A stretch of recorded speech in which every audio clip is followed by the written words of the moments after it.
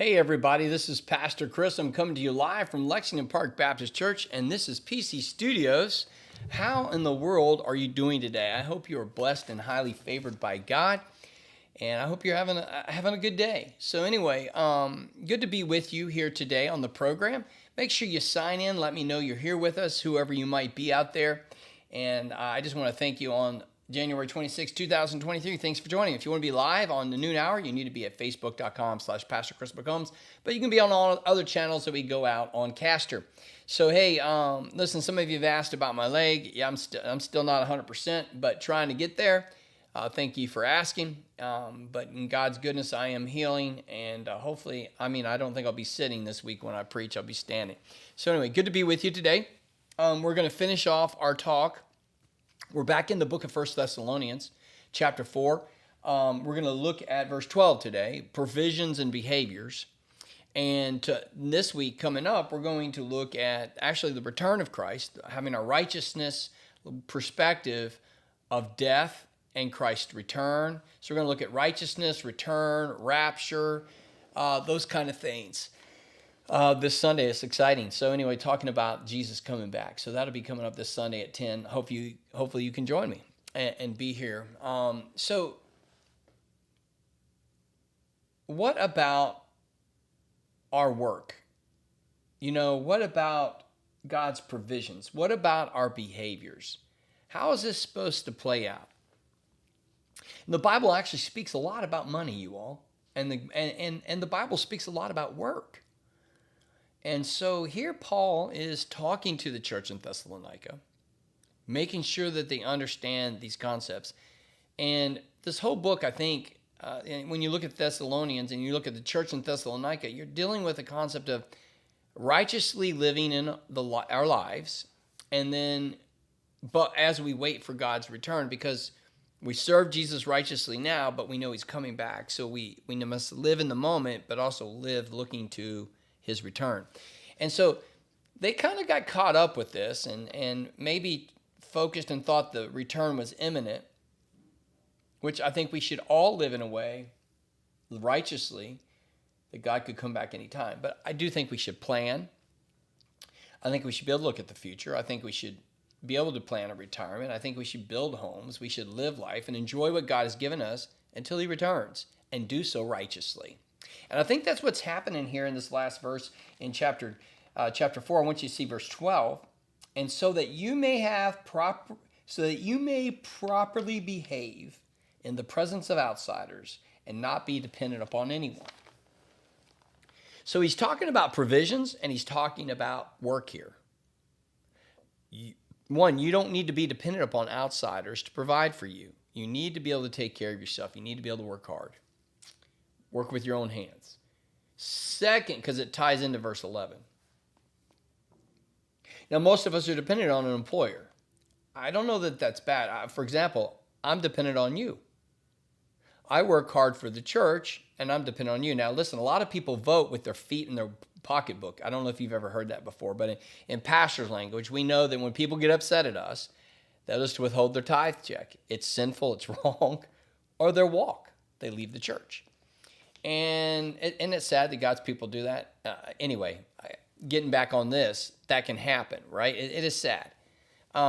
Those things happen. But provisionally, I'm dependent on you. So I'm not supposed to be dependent on you. I could do other things. Paul was a tent maker. He was a missionary too. He was a preacher too. He did a lot of things.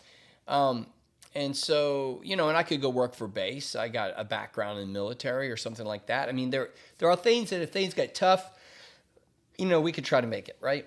So all of us can try to be productive in life and be diligent in life in what we do. And our behaviors should align with that. So let's talk first about the behaviors. So one, we should have a good work ethic to where when someone that's not a believer sees us, they want to hire us. They want us on their team. We're the best people to employ. Listen, Christians should be the best people to work with.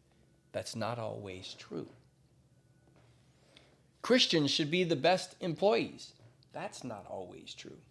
Christians should be the most ethical in their work ethic. That's not always true. So what's that mean to us? Our behaviors to an outsider should look good. We should have this work ethic, right? So we should have this down. We should say, so you may have, listen, work with your hands and mind your own business and live a quiet life so that when, you do things so that you may behave properly in the presence of outsiders and not be dependent upon anyone. So may our behaviors be such a way to where our character is noticed by outsiders and it's good. They may not agree with our morals. They may not agree with our beliefs. They may think, hey, I want to go party, and fine, you go home. Or, they may want to redefine marriage, or they may be into the gay movement, or they may support abortions, or they may support whatever, right? Things that we might not support. But they're going to look, though, at your work ethic and say, I want you to work for me. You're the type of person we're looking for. Your behavior is good. Your morals are good. Your ethics are good. Your standards are good. We should live a life working hard at home, at church, at recreation, and at our place of work.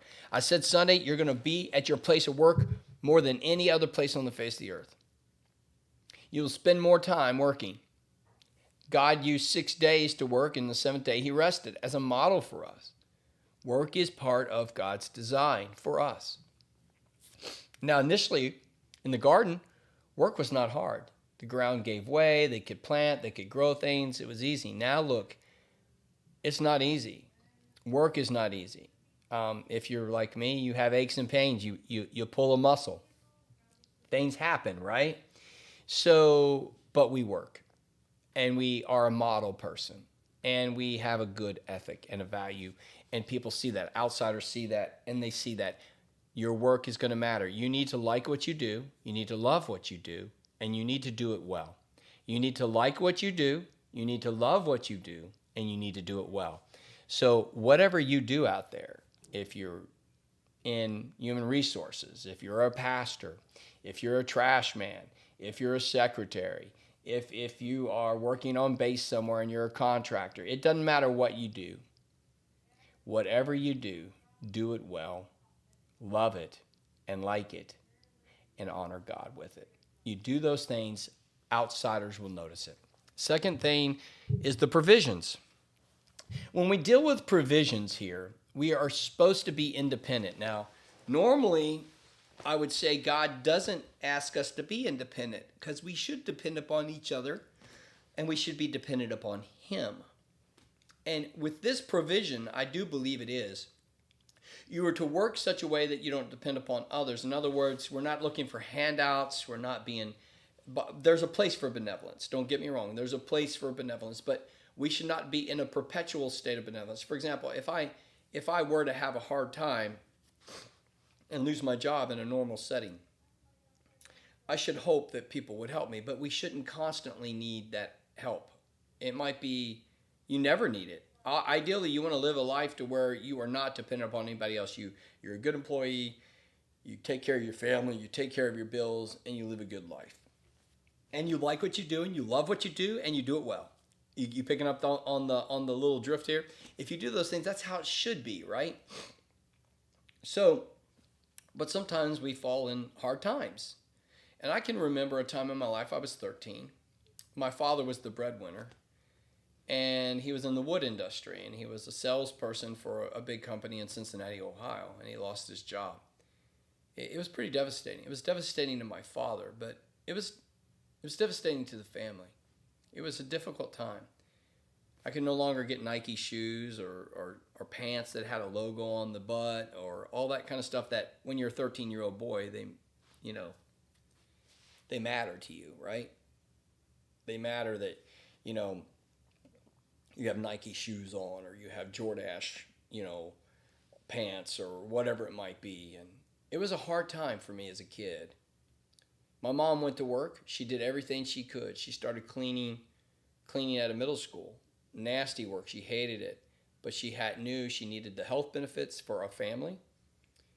And she knew that we needed money. And though the money wasn't great, the work was just disgusting. I can imagine cleaning the toilets and all that kind of stuff. But my mom went to work. And then my dad started a business, and he did all he could. It took a while, but the business took off. And He had a successful business replacing and working with gas stations and replacing tanks underground back in the 80s. The environmental stuff, all the tanks were going bad, and people were contracting to redo that. So he got into that and ended up having a successful business, and eventually that business went dry. And in his latter years, he drove a school bus to make money and to continue to pay. And my mom didn't have to work anymore after that. But it was a hard time. And maybe people helped us. I don't know. Mom and Dad didn't share a lot of it. I just knew we couldn't. There was discipline. You don't need that. You don't need this. You don't get this. You don't. It was just life, right? In that moment, it was hard, but we did everything we could to make ends meet, and we did.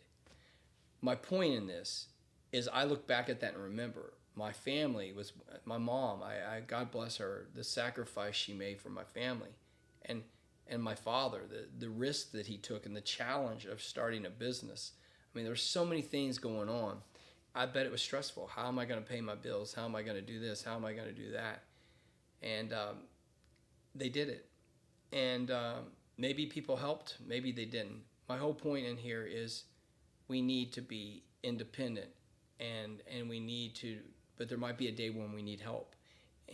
But even if we need help, we need to be like that work ethic. Let's do whatever it takes. Matthew chapter 6. I'm not going to reach the whole thing, but if you read Matthew chapter 6. You will find out that God says, hey, the birds have a nest. They have a home, right? The flowers of the field, they're dressed better than anything Solomon wears. I mean, he gives us examples. God will take care of you. So don't worry. Don't be anxious for anything. And in fact, it says, don't worry about today. Don't worry about tomorrow, because tomorrow has enough trouble of its own. Just focus on today. Today's got that. Today's got the issues for you, right? Focus on today. Live today. Live in the moment. And live trusting God for his provisions, but live in such a way that your behaviors reveal the true essence of who you are. That you love what you do. You like what you do. And you do it well. I hope when you see me as your pastor, I hope you see those things. I want to model that for you.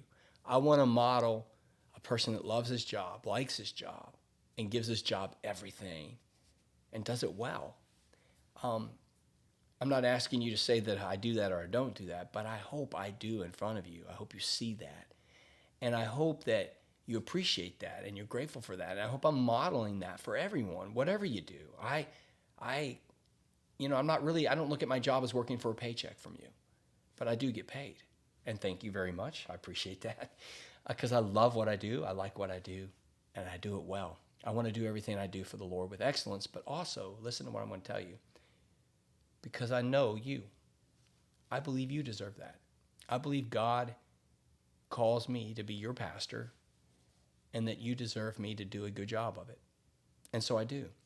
And I think that can play over to anything that you do in life, wherever you work, whatever you do, whoever you serve. And that as part of that, they provide you a salary, compensation, to provide you a life, and hopefully a good life. And God wants to bless you. So love it, like it, do it well.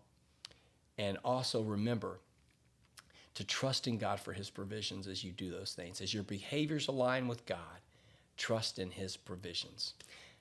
I get all that out of verse 12. I know that's digging deep, deep, deep, deep, but I hope that you can apply those principles to your life. And thank you for letting me share. That was hard for me to share. I mean, I don't think any of you can realize, as a 13-year-old boy, how hard that was for me. It was hard. And thank you for letting me share. I get a little emotional, but usually when I teach, I don't cry and all that stuff. But it was a big deal. But I learned a lot from it.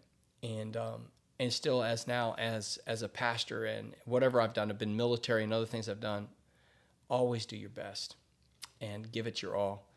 Give God your all. Whatever you do must glorify God, you all. And if you do that, you're going to be a really good employer, and God's going to take care of you. I really believe that with all of my heart. All right. Hey, God bless you guys. Listen, that's all I've got for this week. I'll see you Sunday at 10. Remember this, 2 realities. God loves you, and so do I. You take care. We'll see you.